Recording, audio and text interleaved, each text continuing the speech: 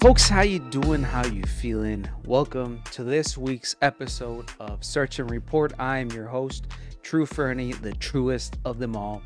And this week, I want to talk about what has been probably the talk of the town for the past, I want to say like 2 or 3 weeks now. There's been a lot of rumors, a lot of conversations, and a lot of reports that it's essentially confirmed that we will be getting the successor of the Nintendo Switch this year. Stuff like specs, uh, conversations leaked from third party developers, third party provide us not suppliers and whatnot.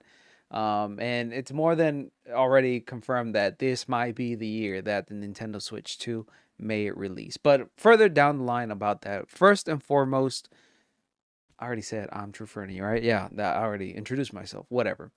I want to talk about what I have been playing since the last episode.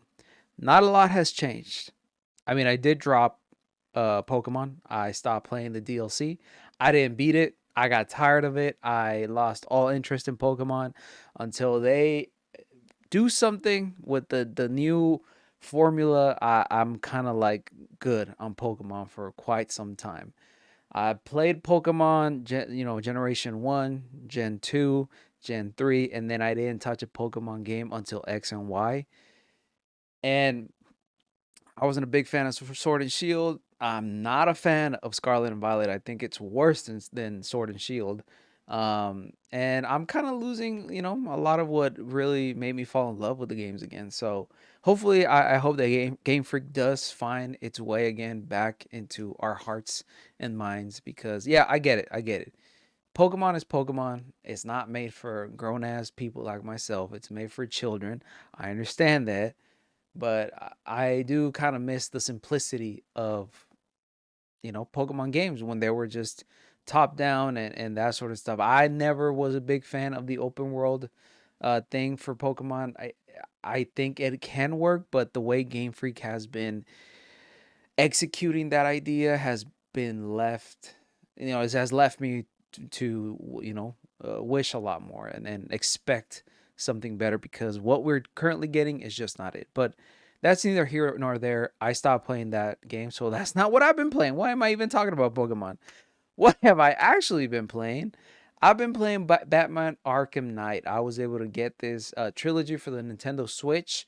And both Arkham Asylum and Arkham City played okay on the Switch, but Arkham Knight is unplayable in that game, man. So I had to hop on my PlayStation 5, get the trilogy, which apparently is cheaper on PlayStation. I should have just gotten it from the get go from PlayStation. I didn't know that. And I've been playing Arkham Knight on my PlayStation 5, and it runs amazing. That game, man, is beautiful. I'm still impressed with the quality of it. Obviously, I mean, it's a 2015 game, I believe. It came out in 2015, so technology was already up to par to really make some beautiful games, but it's very stylistic. It's very like the aesthetic of it is amazing. It's very gritty. It can be a little bit busy with a lot of the rain particles and the textures. You can get kind of lost in the world because it's just so busy sometimes, and the UI doesn't help a lot at all. But regardless of that, man, like the mission structure, the story, the battle mechanics, the traversal, you being able to use your grapple hook, fly across Arkham City. Or is it Gotham? Pretty sure it's not. It's I'm pretty sure it's Arkham City. I'm not entirely too sure. I don't want to say that it is actually Gotham City. It might not be. I don't know. The default map, whatever the overworld. It's really easy to traverse, especially with the Batmobile being a big part of the game now. I love the Batmobile. I think it handles amazingly well. But yeah, I've been enjoying that game a lot, man, and I've been enjoying it, completing it. I've been enjoying like finding the little Riddler trophies here and there, and I'm just amazed that I skipped over this game. Obviously, it has to do with me not being into gaming around those years. I had to like I went back to school. I was a broke student from 2015 till like 2017. So I missed out on a lot of things. I After the Wii, I didn't get a Wii U. I didn't After the PlayStation 3, I didn't get a PS4 until 2018. So there was a big hiatus there for gaming for me. So I missed out on great games like Batman Arkham Knight. But I'm happy that I'm able to not relive, but experience these games for the first time again. It is an amazing game. There's nothing else I can say, man. If you currently have a PlayStation, go ahead and get the trilogy. I mean, I bought the trilogy for a second time for like $5. It was so cheap. So there's no reason for you not to buy that trilogy. I think it is one of the best superhero games that I played in a minute, right alongside the Spider-Man games from Insomniac. But yeah, that's what I've been mostly been playing. And then I fell into the trap of 2K once again. Last year, I got NBA 2K23 after God, I hadn't played a 2K, an NBA 2K since like 2003, man, when Allen Iverson was on the actual game cover. So it's been a minute. And then I bought it last year, and I was very disappointed that everything is microtransactions. Even your progression, your my career, your my player, in order to level him up, you can level him up by just playing the game, playing matches, but you start out at such a low level, an overall level, that a skill level that it's almost unplayable sometimes. So the game kind of forces you indirectly to buy whatever they call it, virtual coins, so you can spend on your skills and your attributes to get your player to the same level as a lot of these NBA superstars, because you literally start the season getting drafted by an NBA team. So you're playing with people that are, athletes that are their skill level is 90 plus, and you're down there, 60 plus, trying to like compete. It's just impossible, and it doesn't make for a good experience. Now, a lot of the story from the 2K23 game was terrible, man. It was so useless. It was so dumb. It was more frustrating than anything. And I just didn't understand why they added a bunch of different things. I didn't know why you had to dance a TikTok dance with a TikTok star, whatever you want to call them, in order to get virtual coins or to get progress, XP. Like, it just didn't make any sense, man. Now this year they took out a lot of like main story elements, and they're focusing more on your progression through the season, which I do appreciate. But still, man, the gameplay is just not the best.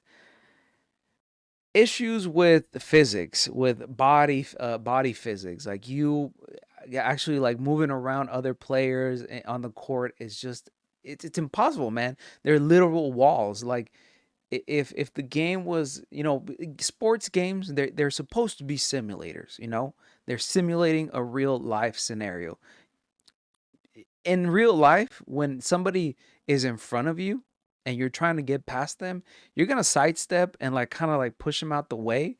But in this game, it just seems impossible, man. It's just an invisible wall when you're trying to get through a player, and your player just doesn't understand that, and it doesn't even try to like move around or try to like sift through a couple of players. So you're literally stuck in between two players, and it's just a literal invisible wall. And instead of just pushing your way through, you're having to go around. It doesn't make any sense. I don't understand the physics of it. It makes the game very, very frustrating to play. But at least I appreciate that they kind of got rid of a lot of the dumb story elements, main campaign elements. Regardless of that, 2K is 2K, man. The shooting, sometimes it lands, sometimes it doesn't. Even when you get a good release on the shooting, it's not the best. I'm still not a big fan of like setting up screens, doing all this. Like, it just all the basketball jargon. If you play basketball, you know what I'm talking about. If you play 2K, you know what I'm talking about. It's just frustrating to play the main campaign. I try to play, on the street courts with other players, but people would just pay a lot of money to get their characters up to 99 overall score, and I am just not willing to pay more than $10 on this dumbass virtual currency, because it frustrates me. Like, from a principal point of view, it is just it annoys me so much that you have to pay to actually play the game at a certain level competitively. It just doesn't make sense. Why is this paid to play? Why is it paid? I don't understand it, man. I just do not understand. If you're getting drafted for the NBA, your player should at least be 75 plus right off the bat. There's no reason for him to be all the way down below. It's really frustrating. But it is what it is, man. It's 2K. It's NBA 2K24. I had to get it just because it's the Kobe edition. I wasn't the biggest fan of Kobe, but he is an iconic human being. Um, I'm a fan of his playmaking. I'm a fan of him as an athlete. Outside of the court, I couldn't care less about Kobe, to be honest. But I had to, man. Much like MJ. MJ is an asshole. Everybody knows that Michael Jordan is an asshole off the court, even on the court a little bit. But that's another reason why I bought NBA 2K23 because it was the Michael Jordan edition. But I know, I mean, I don't idolize the man. I know he's an asshole. I've seen interviews about him. I've seen his documentaries. But I really appreciate what he did for the game of basketball. He's iconic. He's a legend. So look at me, just I bought the damn game because it had Kobe on the game cover. That's the whole justification you need to know, man. And I got it for a discount. That's another justification as to why I got this game. But that's what I've been playing, man. Honestly, I haven't been focusing a lot on gaming. Like playing games, there's just not a lot. I tend to always gravitate for my Switch, and right now there's nothing that I like to play on the Switch currently. I may go back and like play Super Mario Maker 2 because I've been watching a lot of Super Mario Maker 2 gameplay videos from specifically Dashi Games to fall asleep. I don't know. It just relaxes me hearing a grown ass man scream in my ear. I don't know why. That's my white noise. So I've been looking. I've been watching his videos, and a lot of the levels that he plays are designed for him by his fans, and they look really, really fun, and they look like actually challenging levels that I would want to get started and playing. But yeah, I don't know. I really do hope that this year is the year of the Switch 2 because let's get started, man. I think that's a great segue into the first and only news item of this week because I feel that gaming currently is a little bit slow as far as releases. There's a whole different drama regarding layoffs. Companies suck. Bobby Kotick, he can disappear off the face of the earth for all I care. He's a terrible human being, and I'll say it here, and I'll say it anywhere. But that sort of stuff, layoffs, they're extremely sad, but it feels like beating a dead horse at this point. Companies are terrible. They overestimated what they were going to be doing. It's my main issue with capitalism that companies just want nonstop, endless growth when that in reality is just not attainable. It's just not realistic. There's going to be a certain point where you're going to plateau, and you should be okay with just operating on that plateau and keep all your employees. It's okay. But again, I, I don't want to get into the whole psychology of economics and shit like that. But yeah, layoffs been happening across the gaming world, also the tech world. Right now, being in that industry, in any of those industries, absolutely sucks. Absolutely sucks. I worked my previous job, I was freelancing for a tech company, and we worked with a lot of gaming companies. It, it kind of gave me a taste of those industries, and I have absolutely no more interest in actually working for some of these big companies, man, because they are woefully mismanaged, and their expectations are unrealistic on a lot of things. They just operate on a whole different reality that the common person operates in. It's just incredible, man. Like it was a little bit freaky. It was a little bit like Black Mirror. I didn't really like the whole experience. It was a great experience. I got to work with people like Jeff Keighley. I didn't work for him. I'm not, I don't want y'all to think that working for Jeff Keighley is the worst. I worked for him. I provided a service for him for the Game Awards and all that. That part was amazing. That part was great. Like actually interacting with gamers, um, being part of presentations and communicating like the releases of games and all that sort of stuff. Working with like influencers and people that actually use the consoles. They use gaming. They use gaming PCs, influencer programs, and all that. That's mostly what I did. A lot of marketing, a lot of like analytics and stuff. So I really, really appreciated the actual people that I worked with, the people that I shared desk space with. All of them are amazing. All of them are extremely talented. It's usually the people up top, man. No comment. It is what it is. But Yeah, first news item. I went on a whole tangent and I want to talk about it. First, everything we know so far about the Switch 2 as of today. Now, the main kind of like overarching story that started this whole snowball effect was a Bloomberg article. And let me pull it up here so I can talk a little bit about it. Um, but Bloomberg, once again, I remember when I started Search and Report, I one of the first episodes, one of the first stories I ever commented on was on the confirmation that there was going to be a Switch 2 and that there was already a bunch of details surrounding it. And Bloomberg were the ones who actually did an article on it. I remember it so vividly, man.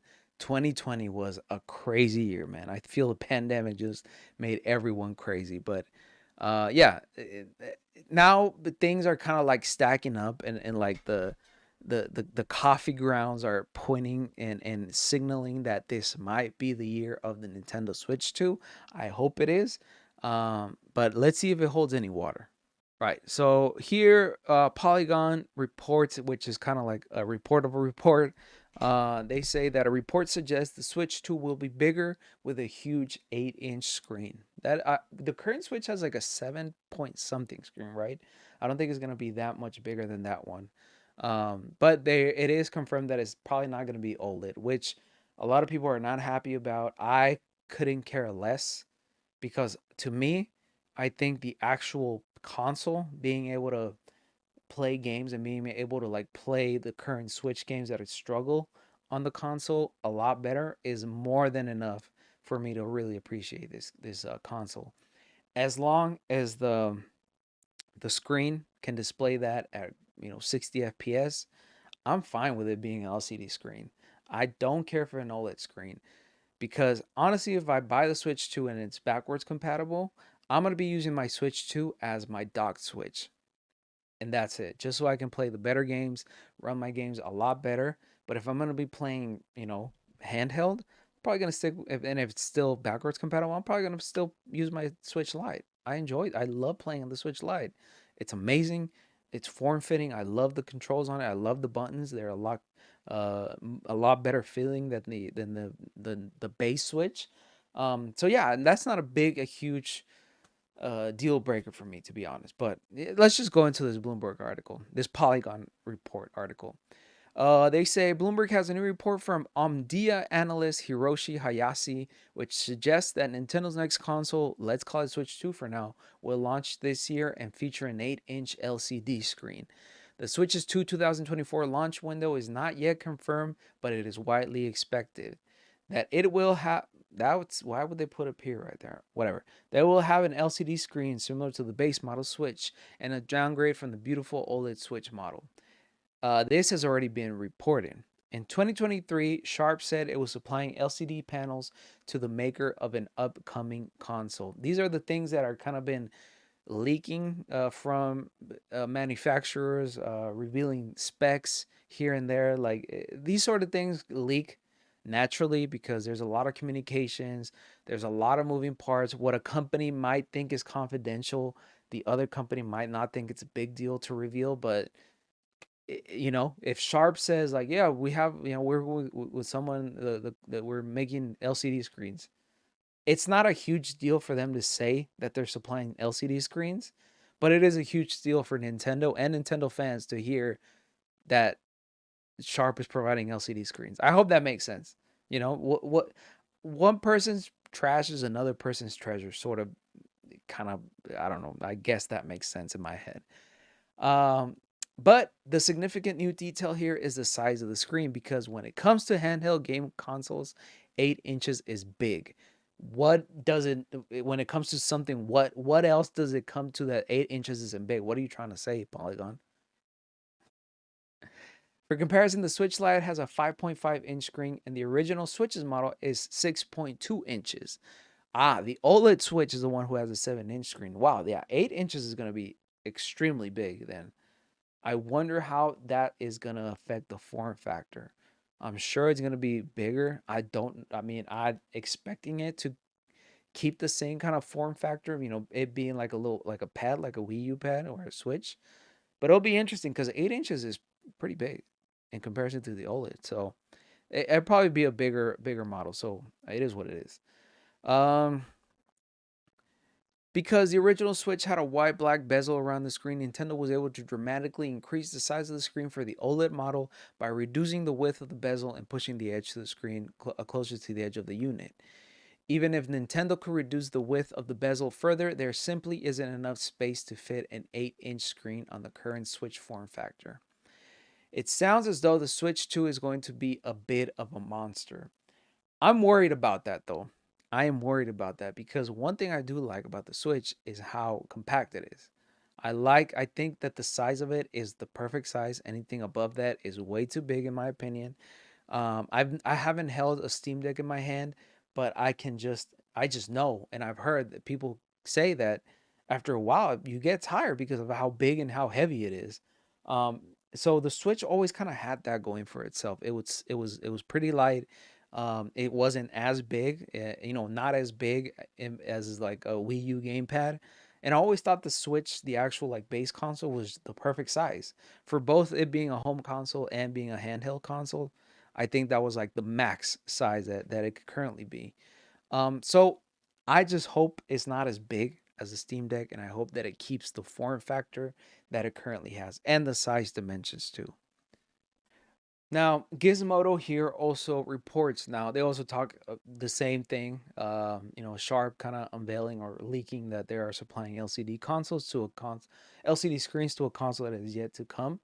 But the one that kind of struck me the most is that a lot of the rumored specs are pretty underwhelming. I hope that the rumors surrounding the Switch and the specs and the upscaling technology that we're going to be using is more real. I know they've been working with NVIDIA day and night for that to be a reality. I would expect it, hopefully, to at least run on the same sort of like capabilities that a PS4 or a PS4 Pro would be able to do it. Just because I'm not the type of person who prefers high fidelity graphics. As I just said, I'm playing Batman Arkham Knight. That game is a little it really makes me dizzy sometimes because of how high quality and how the graphics are very crisp, but there's just so much happening. Everything's so high fidelity that you just can't really focus on one thing. But I am a big fan of performance. And games such as Breath of the Wild, they did wonders with that game. But Tears of the Kingdom, like you get the lagginess, especially in like the Korok Forest, or when you're traveling from the actual surface down into the depths, you get stutters here and there. They're not the biggest of issues, but after 7 years of having that same technology and kind of just expecting that everything that runs on the Switch is gonna run badly, I just want a console that can at least hold its weight with current gaming graphics. That's all I want. I don't care if it looks, I don't care if it's 1080p, but as long as it's a consistent 30 frames per second. I don't care, honestly, if it's handheld, if you're playing a handheld and it only reaches 720p, but it's a consistent 60 frames per second, I'm all for it. I just want a stutter free. I want a fast loading experience. That's all I want from my Nintendo Switch and from my games, from Nintendo specifically. I don't care about all these 4K graphics. 4K is not even top of the line tech anymore. It's a thing, I remember when 4K came around, it was over 10 years ago. Okay. I feel that that's no longer a selling point for Nintendo if the new console is actually going to be displaying 4K. I think Nintendo's focus right now should be on the performance first and foremost. And of course, expanding on that performance, expanding their games to make better games, to make Breath of the Wild, Tears of the Kingdom bigger and better and more, a more smooth experience. That's, I think, what should be Nintendo's focus currently.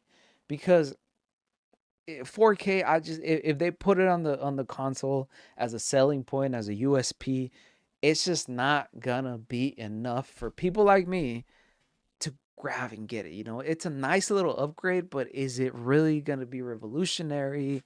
I know Nintendo kind of always also uses its gimmicks every single console to sell the console. What is the gimmick going to be if they're still using that same mentality? The next console is going to have this, the next console is going to be played like this. I just don't see a future where Nintendo fans care about that sort of stuff. I may be wrong. I hope I'm wrong, but it is what it is. Sharp leaked that apparently the Switch 2 is going to have an LCD screen.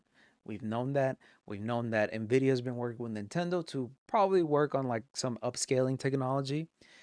But there's been other people that have been dropping leaks here and there, and I think the one that kind of stood out the most is that the EA CEO Andrew Wilson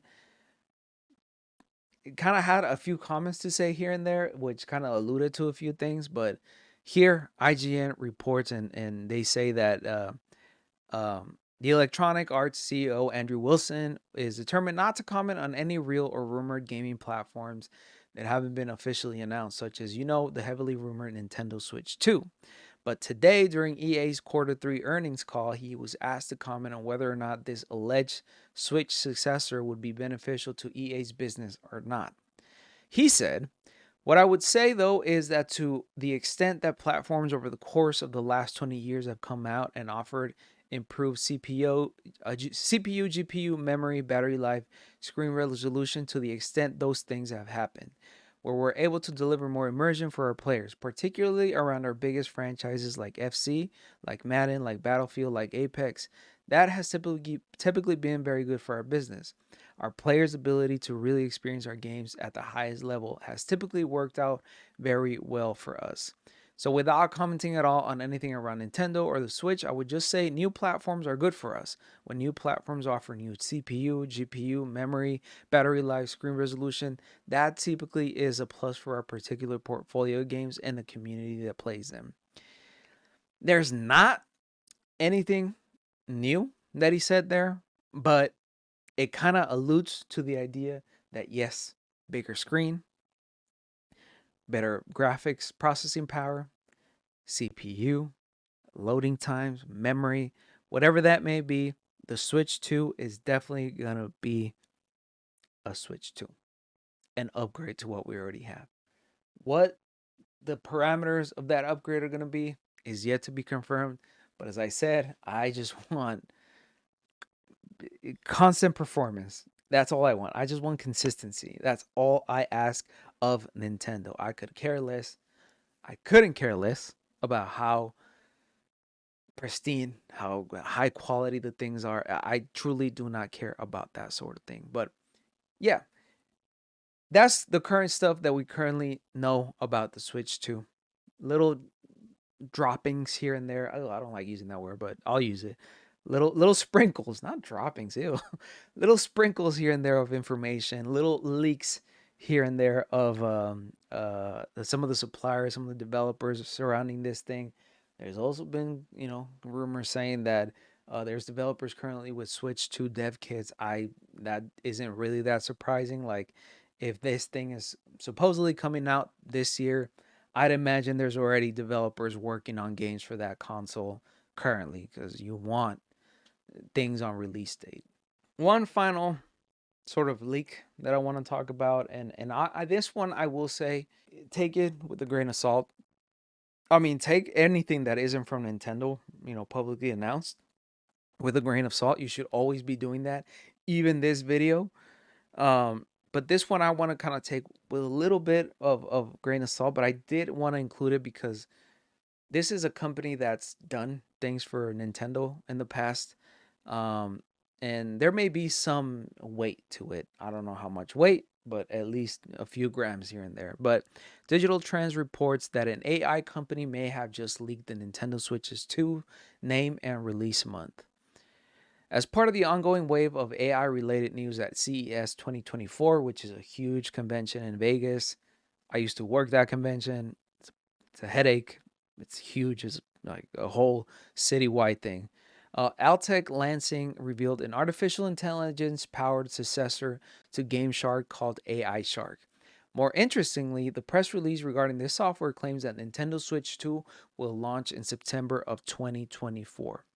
Formerly known as Game Shark, AI Shark is set to redefine the gaming landscape with its revolutionary AI enhanced technology, Altec Lansing explains in a press release. The innovative gaming software is set to mark a significant leap forward in the gaming experience, bringing enhanced gameplay for beginner level users. The official launch is planned to coincide with the Nintendo Switch 2 in September of 2024. Shouldn't have said that. AI Shark declaring that is very odd considering Nintendo has not confirmed the name of its next console or the release window for it. That means AI Shark either revealed this release window and name information earlier than it was supposed to, or is just speculating on the name and release window of Nintendo's next device in order to drum up hype for its AI product. Now, for y'all youngins, you don't know what Game Shark is. It was this thing you were able to kind of. I never understood how it worked because I never used it. My cousins had it, but it was kind of like not cheat codes, but they helped you in games. Whenever you got stuck in whatever type of game it may be, it kind of helped you get past that. I'm not entirely sure how the technology worked around it, but a lot of people weren't big fans of it because they say it's basically cheating. It is what it is, but it is an iconic piece of technology. So that's the same thing, but this is like the AI version of that. In a follow-up, AI Shark backtracked on the September release month, but confirmed that the tentative launch for the platform is fall 2024. It added that Nintendo has not officially set the launch date yet, but does not deny the existence of the device or the fact that it's set to launch this year. In a second follow-up, it backtracked on the fall 2024 window too, and noted that Nintendo has not officially clarified launch. I feel Nintendo reached out to them and said, hey, you're saying too much. Shut the hell up, or we will have to sue you, as they love to sue people. Because there's only one reason for them to backtrack twice. They either already have deals set up with Nintendo, and they were messing up, and they got threatened to not work with Nintendo, and that's why they had to backtrack twice, or they're really just talking out their ass. Well, we won't know, but it is essentially the proof is in the pudding. There's too many coincidences for there people to be talking about the specs, for people to be talking about the LCD screens, the technology behind it, the release dates, and this has been this happened in just last month, January. So it's a lot of things. It's a lot of new stuff, and it's just it's just way too many things. And right now the only thing we can kind of do is just wait and see what happens. But again, speculating is fun. It's always going to be fun. Let's be completely honest. It's always going to be fun. I talk about these things. I speculate myself because it's fun to look forward to things. It's fun to like be hopeful of what the next thing is. It's just exciting, man. Obviously, you got to keep your hopes in check because you don't want to overshoot and then you end up feeling disappointed and then you blame it on Nintendo or whoever else hyped up, you, which you should be the only person to blame, but it's still exciting. This is all exciting. I wasn't around when the Nintendo Switch released. I was around. I just wasn't into the gaming space because I was broke. But yeah, I'm excited, man. This is my first Nintendo console since the Wii that I've been actively involved in gaming. So I'm really, really excited. But that is all I have for you this episode. Folks, please let me know down in the comments below what you think is going to be first, the name of the Nintendo Switch 2, the specs, and when do you think the release date is? And follow-up question, what do you think is going to be a release game for the Nintendo Switch 2? Me, I hope it's Metroid Prime 4, but I think it's going to be a new 3D Mario. It makes sense. The last 3D Mario was in 2017, the release year of the Nintendo Switch, so it only makes sense for them to release a huge, like a hard-hitting console seller like a 3D Mario. But it's either going to be it's definitely going to be a first-party game. It's going to be either 3D Mario, Metroid Prime 4, or hell, Mario Kart 9. I think we need a Mario Kart 9 at this point, man. It's been 10 years. But you let me know down in the comments below what you think is going to be the release date for the Switch, what's going to be the name, specs, etc., etc. But folks, I've been True Fernie. Please, this has been Search and Report. I should say that.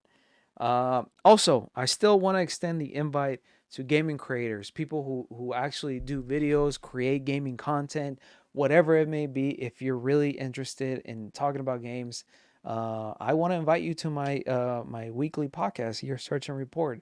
I'm looking to collaborate a lot more this year. I need to reach out to some people that I want on the podcast. I'll definitely be reaching out here soon. It's just been a hectic month, January, in my real life, but I'm back on track. I feel excited. I feel motivated to keep going with this thing, and yeah, I'll see who I can reach out to. But folks, I've been True Fernie. Links to my socials are down below. Please make sure to follow me on Threads, where I spend most of my waking hours talking about gaming, anime, sports, mostly NBA to be honest, and sneakers, anything that might interest you as my viewer. But folks, please, please, please take care of each other, but most importantly, take care of yourself. Peace. And Nintendo Switch. Soon come. Big up.